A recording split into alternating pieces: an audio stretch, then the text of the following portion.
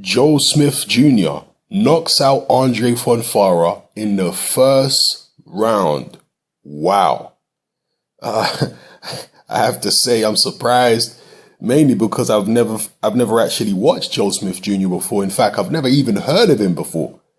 Forgive me for my ignorance. I'm the boxing guy, but I've never actually heard of this guy. Maybe some of you have. Maybe some of you have watched him before. Drop your comments below and let me know what you think about him and what you think about this performance. Did you see this coming from Joe Smith Jr.? Did you know that he could punch like this? Now, this to me does cast Adonis Stevenson's performance against Andrzej Fonfara in a bad light. Yes, it does. Now, styles do make fights. Things can happen in the first round. For example, if we go way back in the days, you had a fighter called Bone Crusher Smith who managed to knock out Tim Witherspoon in the rematch in the first round.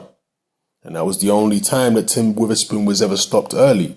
A very young Tim Witherspoon went the distance, 15 rounds with Larry Holmes. Okay, he went many rounds with many good fighters.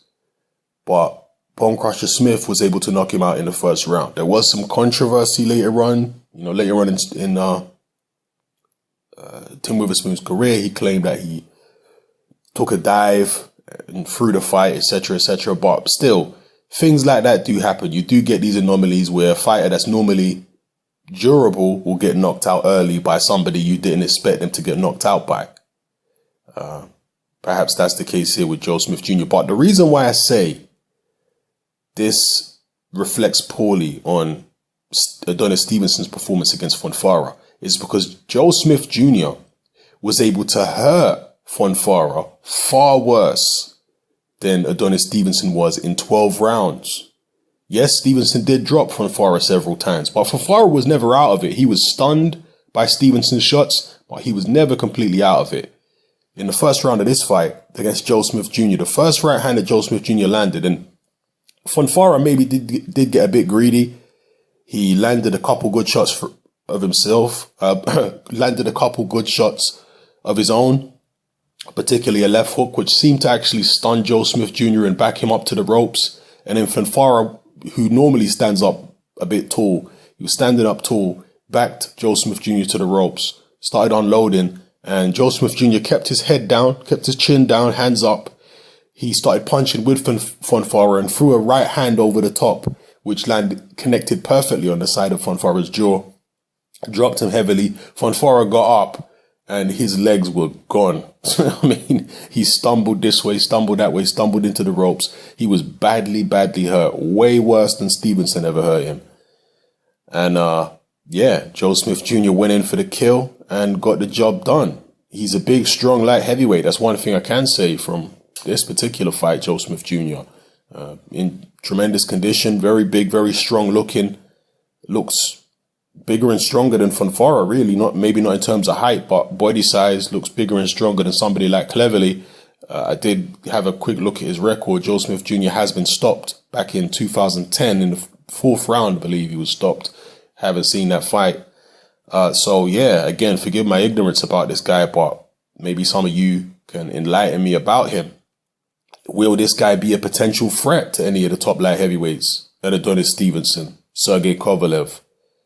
I guess we can bring in Artur Beterbiev. He's being talked about as one of the top light heavyweights. Could it be a wild card? I mean, again, I have to go look at him fighting and make my assessment in terms of how, what I make of him as a fighter overall, and not just punching power. But based on what I saw in that first round, he doesn't appear to be as technically good as the top light heavyweights. But with the type of punching power that he has, would he be able to spring an upset over an Adonis Stevenson, and it's particularly an aging Adonis Stevenson?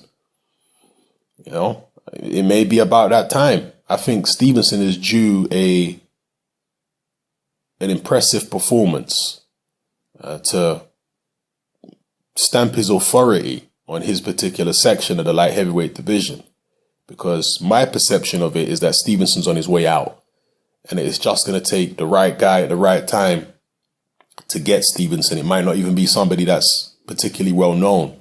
Could Joe Smith Jr. be that guy? Maybe. We'll see. So yeah, let me know what you felt about this performance, people. Where does Fonfara go from here? Will Fonfara be pursuing a rematch? I suspect he will. I suspect he'll look at that and say, you know what, I got greedy. I got caught with a punch initially that I shouldn't have got caught with, and I could have won that fight. So I think he'll be pursuing a rematch. Let me know how you think a rematch would go.